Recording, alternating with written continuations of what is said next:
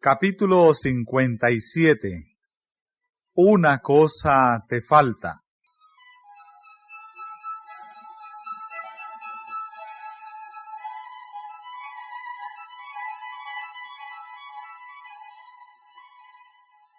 Y saliendo él para ir su camino, vino uno corriendo, e hincando la rodilla delante de él, le preguntó: Maestro bueno, ¿qué haré para poseer la vida eterna?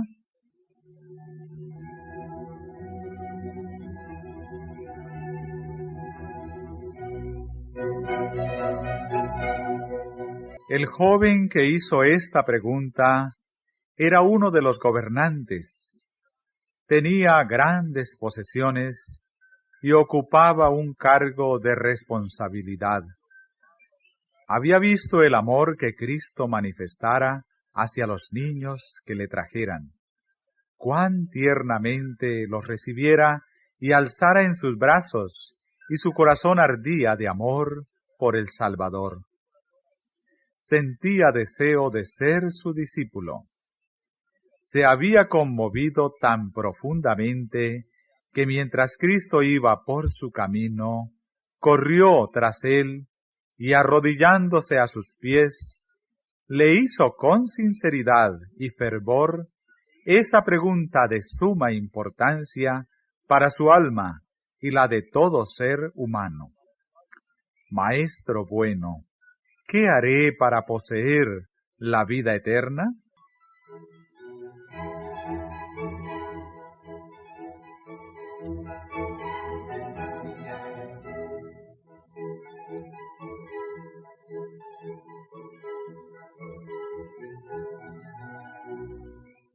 ¿Por qué me llamas bueno? Dijo Cristo. Ninguno es bueno sino uno, es a saber, Dios. Jesús deseaba probar la sinceridad del joven y conseguir que expresara la manera en que lo consideraba bueno. ¿Se daba cuenta de que aquel a quien hablaba era el Hijo de Dios? ¿Cuál era el verdadero sentimiento de su corazón?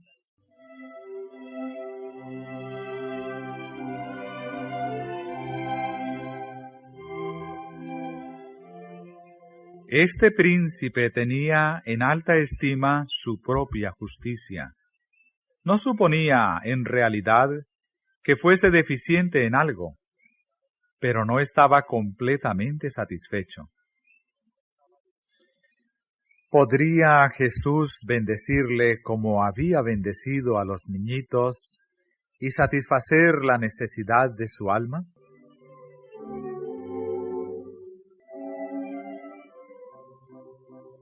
En respuesta a su pregunta, Jesús le dijo que la obediencia a los mandamientos de Dios era necesaria si quería obtener la vida eterna. Y citó varios de los mandamientos que muestran el deber del hombre para con sus semejantes. La respuesta del príncipe fue positiva. Todo esto guardé desde mi juventud. ¿Qué más me falta?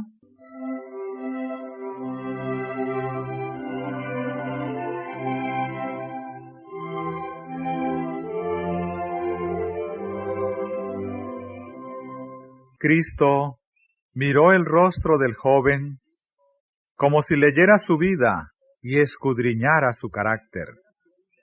Le amaba y anhelaba darle la paz, la gracia y el gozo que cambiarían materialmente su carácter. Una cosa te falta, le dijo. Ve, vende todo lo que tienes y da a los pobres, y tendrás tesoro en el cielo. Y ven, sígueme. tomando tu cruz.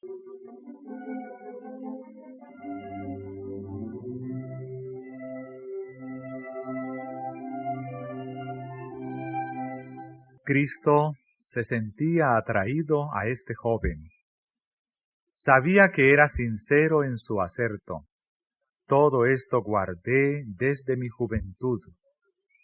El Redentor anhelaba crear en él un discernimiento que le habilitara para ver la necesidad de una devoción nacida del corazón y de la bondad cristiana. Anhelaba ver en él un corazón humilde y contrito, que, consciente del amor supremo que ha de dedicarse a Dios, ocultara su falta en la perfección de Cristo.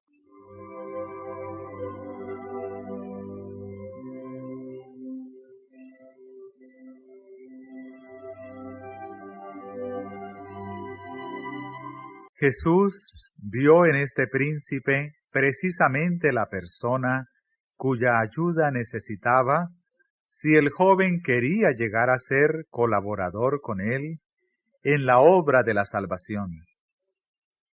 Con tal que quisiera ponerse bajo la dirección de Cristo, sería un poder para el bien. En un grado notable, el príncipe podría haber representado a Cristo, porque poseía cualidades que, si se unían con el Salvador, le habilitarían para llegar a ser una fuerza divina entre los hombres.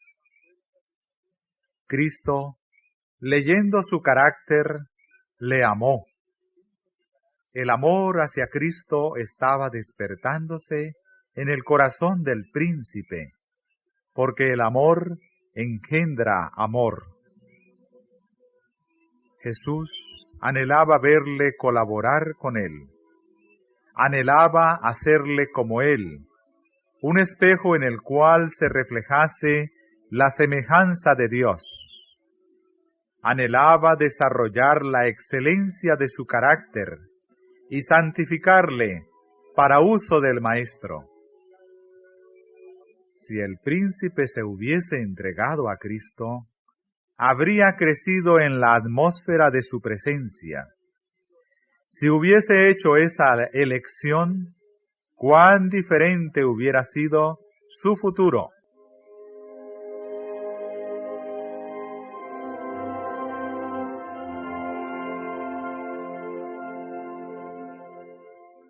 Una cosa te falta, dijo Jesús.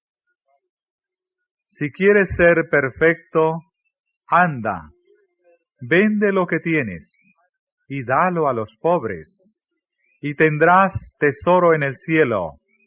Y ven, sígueme. Cristo leyó el corazón del príncipe. Una sola cosa le faltaba, pero esta era un principio vital. Necesitaba el amor de Dios en el alma. Esta sola falta, si no era suplida, le resultaría fatal. Corrompería toda su naturaleza. Tolerándola, el egoísmo se fortalecería. A fin de que pudiese recibir el amor de Dios, debía renunciar a su supremo amor a sí mismo.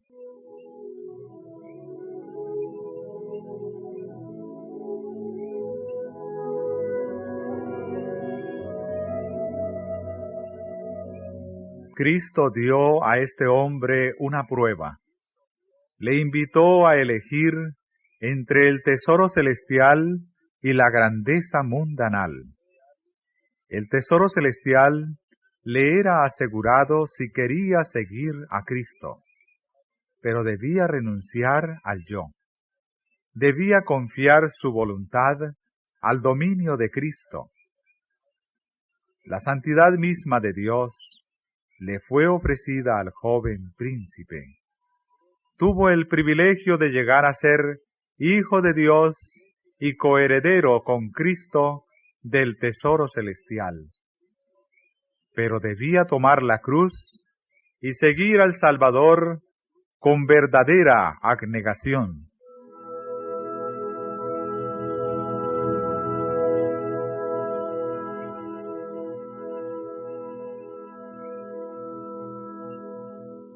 Las palabras de Cristo fueron en verdad para el príncipe la invitación. Escogeos hoy a quién sirváis. Le fue dejada a él la decisión. Jesús anhelaba que se convirtiera. Le había mostrado la llaga de su carácter y con profundo interés vigilaba el resultado mientras el joven pesaba la cuestión.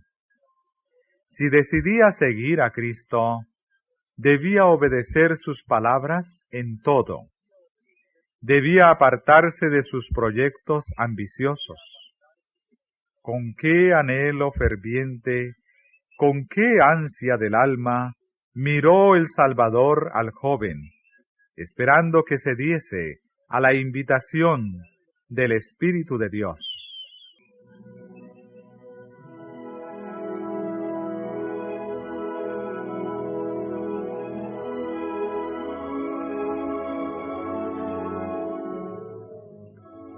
Cristo presentó las únicas condiciones que pondrían al príncipe donde desarrollaría un carácter cristiano. Sus palabras eran palabras de sabiduría, aunque parecían severas y exigentes. En su aceptación y obediencia estaba la única esperanza de salvación del príncipe.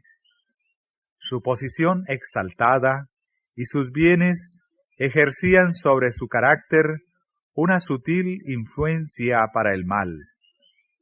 Si los prefiriese, suplantarían a Dios en sus afectos. El guardar poco o mucho sin entregarlo a Dios sería retener aquello que reduciría su fuerza moral y eficiencia. Porque si se aprecian las cosas de este mundo, por inciertas e indignas que sean, llegan a absorberlo todo.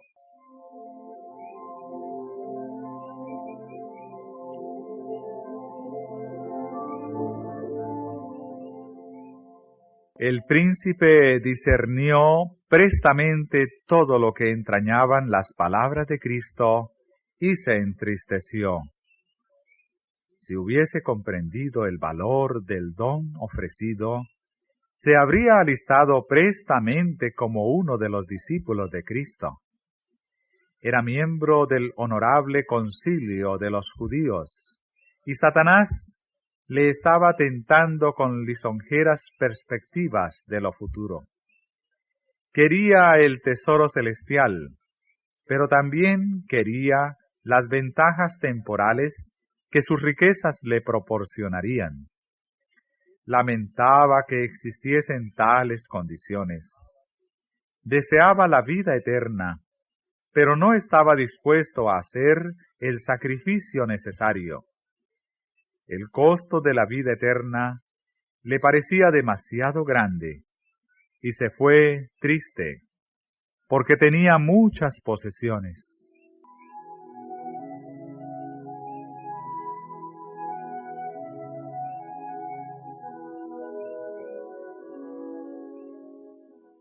Su aserto de que había guardado la ley de Dios era falso. Demostró que las riquezas eran su ídolo. No podía guardar los mandamientos de Dios mientras el mundo ocupaba el primer lugar de sus afectos.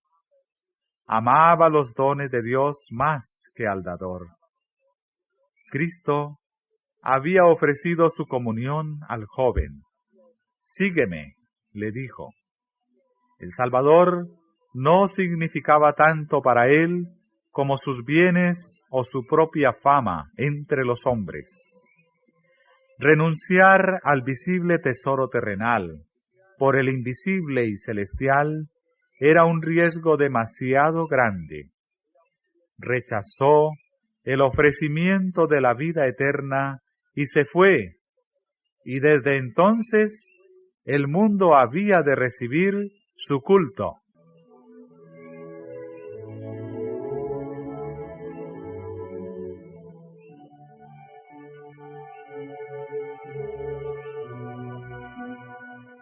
Millares están pasando por esta prueba y pesan a Cristo contra el mundo, y muchos eligen el mundo. Como el joven príncipe, se apartan del Salvador diciendo en su corazón: no quiero que este hombre me dirija.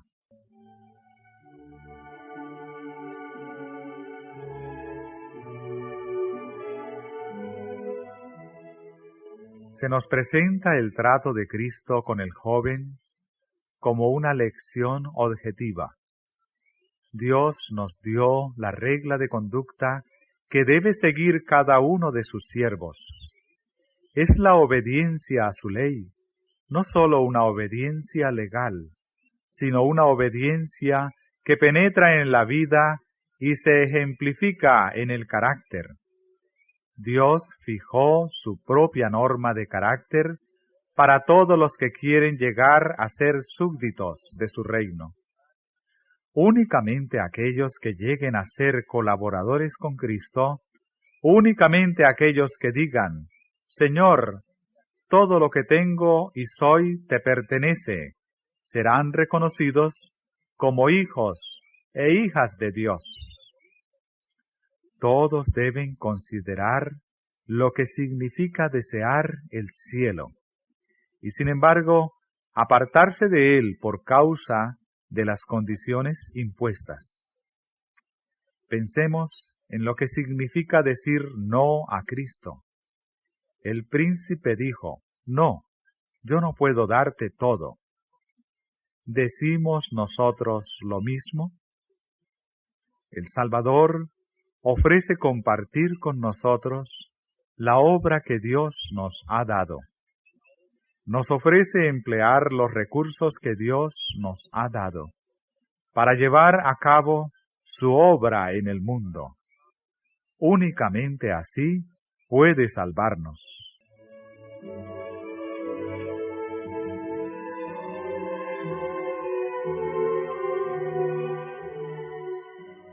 Los bienes del príncipe le habían sido confiados para que se demostrase fiel mayordomo. Tenía que administrar estos bienes para beneficio de los menesterosos. También, ahora, confía Dios recursos a los hombres, así como talentos y oportunidades, a fin de que sean sus agentes para ayudar a los pobres y dolientes. El que emplea como Dios quiere los bienes que le han sido confiados, llega a ser colaborador con el Salvador. Gana almas para Cristo, porque es representante de su carácter.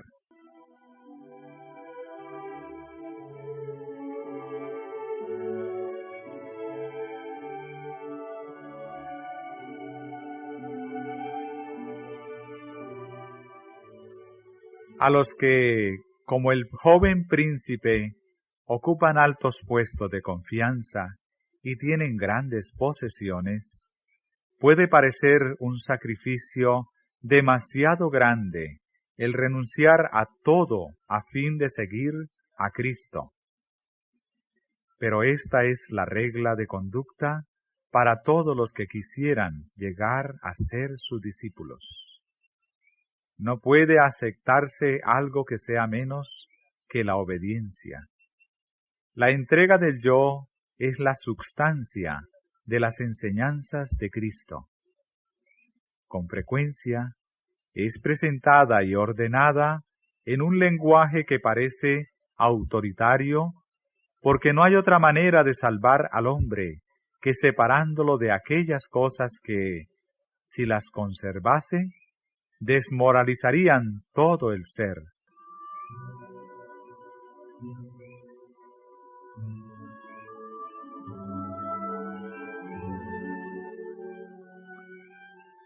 Cuando los discípulos de Cristo devuelven lo suyo al Señor, acumulan tesoros que se les darán cuando oigan las palabras: Bien, buen siervo y fiel, entra en el gozo de tu Señor, el cual, habiéndole sido propuesto gozo, sufrió la cruz, menospreciando la vergüenza, y sentóse a la diestra del trono de Dios.